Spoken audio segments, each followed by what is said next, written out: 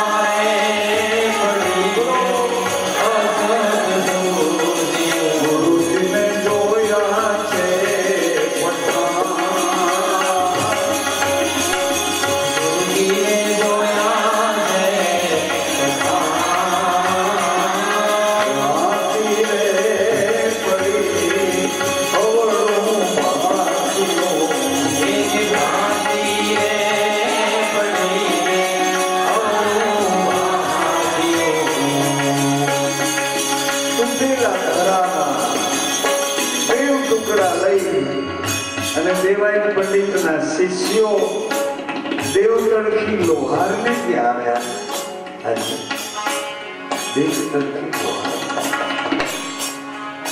આ બધાના ગુરુ ગિરનારના સંત રમેશવંત બાપા આ બધાને વચનની રેણી કરી બતાવી. આજે ભોજા બાપાને પણ રમેશવંત બાપા મળ્યા, કૌશલ બાપાને રમેશવંત બાપા મળ્યા, એને રહેણી કેવી બતાવી. આજે ભોજનરામ જયંતિ છે મણિભાઈ, ભોજા બાપાની આ જયંતિ છે.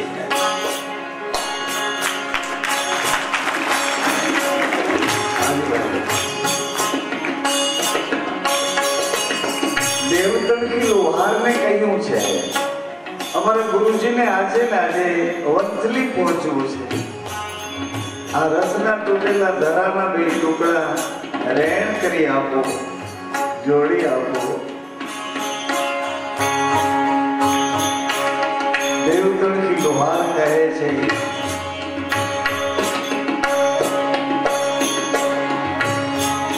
ભક્તો મારે છે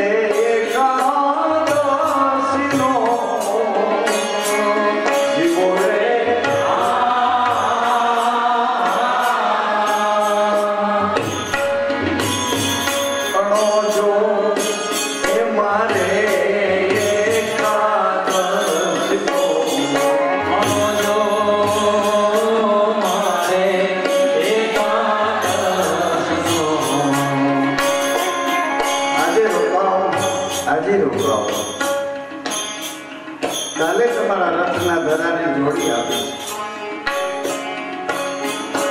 પરંતુ દેવાય પંડિત ના પાડે છે, નહીં માલિક મારી એકાદશી, અરે તારી એકાદશી નો જે પાપ હોય તે મને આપ.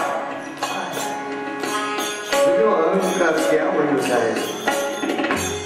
ભગવાન થી ડરતો નથી, નહીં ભગવાન દુનિયામાં છે જ નહીં, છે જ નહીં. મારા બાપનું મોત કરે અવધિ આવ્યા હતા, અવધિ પૂરી થાય કે ચાલી નીકળે છે. એમાં તું કેમ એવું બોલે છે? ભગવાન નથી, ભગવાન નથી. અરે શ્વાસે શ્વાસે તને તારા હોવાપણાનો અનુભવ કરાવે છે.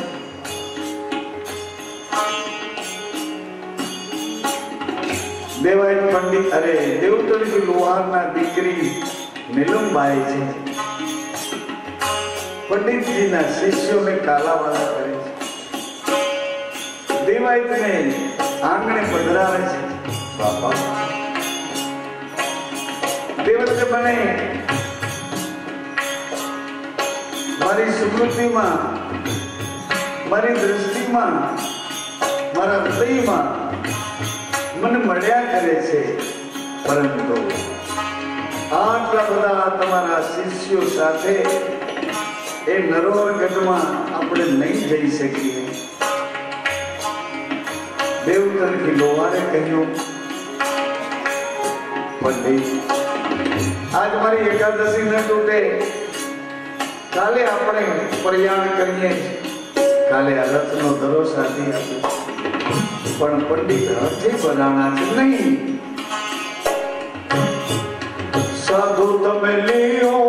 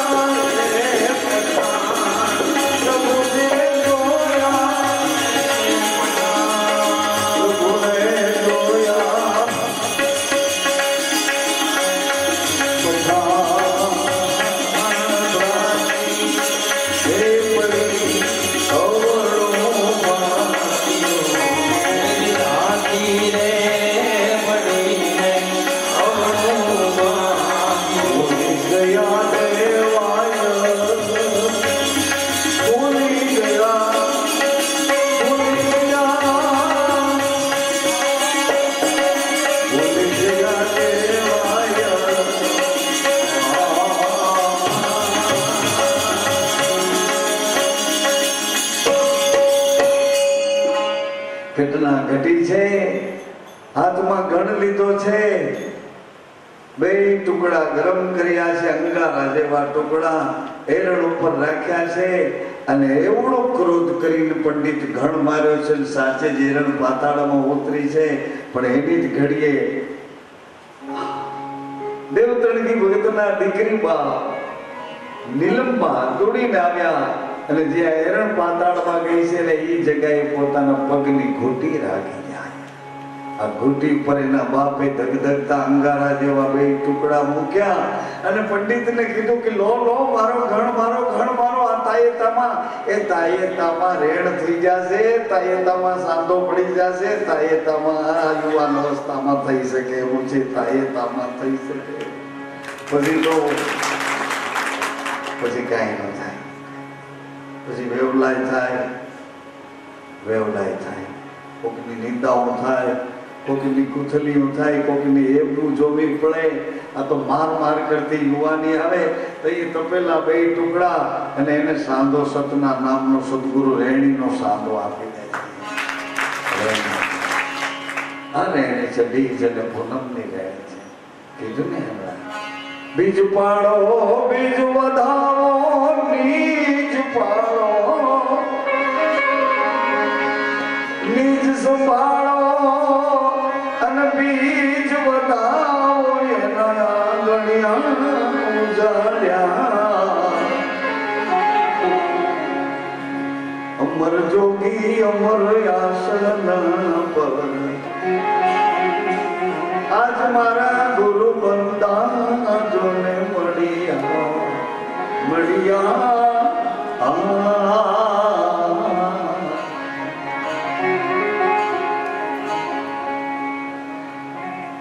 પંડિતે ગણ અરે દેવતળગી લોહાર ભક્તે ગણ હાથમાંથી લઈ લીધો.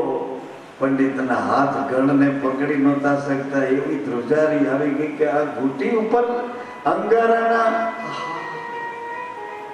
અગ્નિ આને ખાઈ શકતો નથી. આ કોણ છે? અગ્નિ બાળી શકતો નથી. આ કોણ છે? આ કોણ છે? આ દીકરી છે કે દેવી છે? જગદંબા છે કે શક્તિ છે? આ પ્રકાશ છે કે તેજ છે? આ કોણ છે? આ સ્થૂળ છે કે સૂક્ષ્મ છે? કારણ છે કે બુદ્ધિમાં આવતું નથી. અગ્નિ જેને બાળી શકતો નથી, પાણી જેને પલાળી શકતું નથી, વાયુ સુકાવી શકતો નથી, એ મહિનું આ કોણ છે? કોણ છે? વચન કર્યા સો માલવી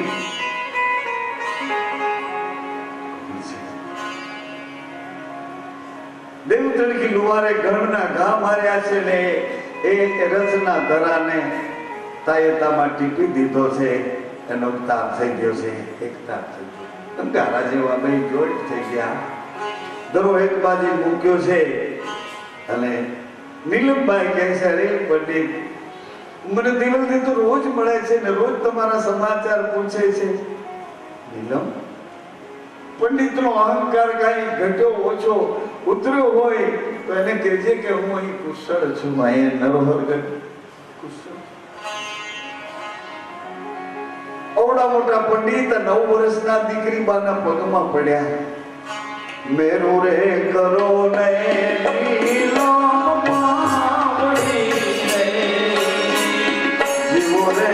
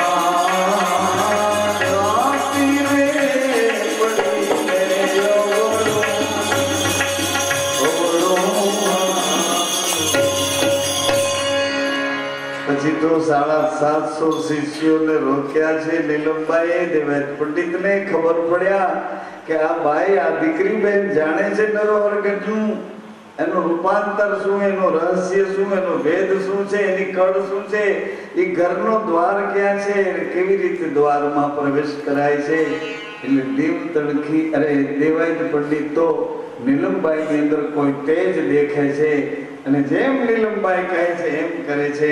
બધા ચેલાઓને સરસ મજાની દૂધ પાકની રસોઈ જમાડી છે અને રાતે બધાને એક એક વાટકી મીઠાની કાંજી આપી છે. મીઠું નિમકો એક એક વાટકી પી જાઓ, બધા પેટ સાફ થઈ જાય, હળવા થઈ જાઓ, પછી રોગ ગીરમાં જવાય ને. આ 750 માંથી મીઠાની કાંજી પીધા પછી 350 રાતે રાતે ભાગી ગયા, બીજે દિવસે વળી પાછા એમાંથી ભાગ્યા, ત્રીજે દિવસે તો 4 જ રહ્યા, સાલો, સુરો, દ્રાંગો અને વનવીર. સાલો ભગત હતા એ રબારી જ્ઞાતિમાંથી આવ્યા હતા, સુરો ભગત ક્ષત્રિય જ્ઞાતિમાંથી આવ્યા હતા, વનવીર ભગત ચારણ જ્ઞાતિમાંથી આવ્યા અને દ્રાંગો ભગત પ્રજાપતિ જ્ઞાતિમાંથી આવ્યા હતા. આ 4 દેવાય પંડિત, 5 દેવતણકી, 6 ને નીલમબાઈ, 7 દુધેશ્વર મહાદેવના પાછલા ભાગમાં નરોવર ગઢનું દ્વાર છે, એ દ્વારે બધાને નીલમબાઈ લઈ આવ્યા છે. સાન કરી અને ક્ષમા માંગી, વચન વધાવે પગલા ભર્યા છે અને એક પછી એક બધા એ ગુફામાં હાલ્યા છે. અને થોડે હાલ્યા હતા એવો અંગારા જેવો પંથ આવ્યો, ધગધગતા અંગારા, કોલસા સળગતા અંગારા અને અંગારા. નીલમબાઈ તો એની ઉપર ઉભા છે અને ના પાડે છે કે તમે પંડિતાની પર નહીં ચાલી શકો, કારણ કે તમે ગુરુનો દ્રોહ કર્યો છે, ગુરુનો અપરાધ કર્યો છે, ગુરુના છિદ્ર જોયા છે, એટલે આની પર પગ દેશો એટલે તમે તો ભસ્મ થઈ જાશો, બળી જાશો, ખાક થઈ જાશો. તો નીલંબા, મને તું નરોહરગઢમાં દેવલદેને મળવું છે, દેવલદે પાસે આવવું છે, કોઈ ઉપાય કરો, કોઈ ઉપાય કરો. તે વખતે નીલંબા કહે છે કે તમારા 4 શિષ્યો છે એ અંગારા ઉપર સૂઈ જાય, એની ઉપર પગ દઈને તમે ઝડપથી પેલી બાજુ નીકળી જાઓ તો નરોહરગઢમાં પહોંચી જવાય. 4 શિષ્યો હતા એ મક્કમ હતા. કેવા હતા? એ મક્કમ હતા.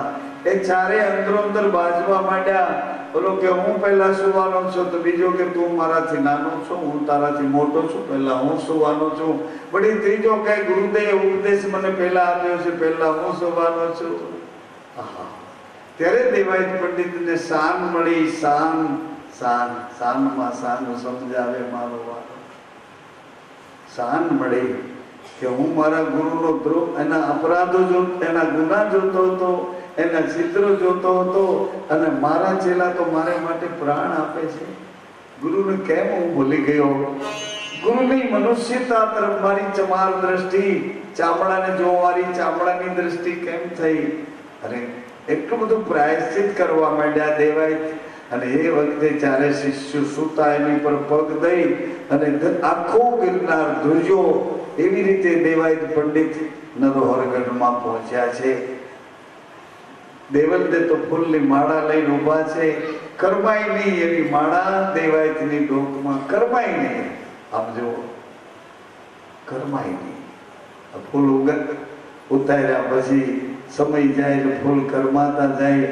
આપણે ફૂલ જેવા બાળક હતા, ધીમે ધીમે યુવાન થયા, આપણે વધારે ખીલવા માંડ્યા, અને જેવા પિતા અને દાદા થયા એટલે વળી કરમાવા માંડ્યા. ને કરમાયેલા ફૂલને પધરાવી દેવાના થાય, ખીલતા ફૂલની પૂજા થાય, અને એ ફૂલ જ્યારે પૂરેપૂરું ખીલે છે ત્યારે એની સુગંધ અનેકો સુધી ફૂલ પહોંચાડે છે. એનો મહિમા છે, એનો મહિમા છે. પછી આપણા ફૂલને પધરાવા ગંગા કિનારે જવું પડે, એ ફૂલ પધરાવા, એ ફૂલ જે હોય છે. પણ દેવાયત પંડિતને નરોહરગઢમાં જ્યોતની છાયામાં દેવલદે લઈ આવ્યા. અને તે દિવસે દેવલદે અને દેવાયત બે મળી અને ધણીના દરબારમાં મસ્તક નમાવી જ્યોતની છાયામાં બેઠા. એટલે ગુરુદેવે કહ્યું છે, ગુરુદેવે કહીશું, દીકરી દેવલ, 4 શિષ્યોના બળી ગયેલા શરીર છે, એને લઈ આવો. 4 શરીર જ્યોતની સામે મૂક્યા, એની પર અંચડા ઢાંક્યા અને વળી પાછો આરાધ કર્યો છે. દેવલદે પોકાર કર્યો છે.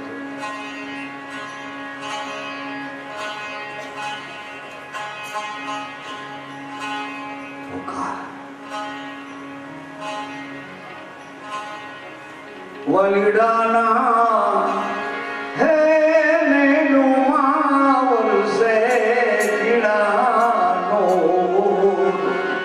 એ આવો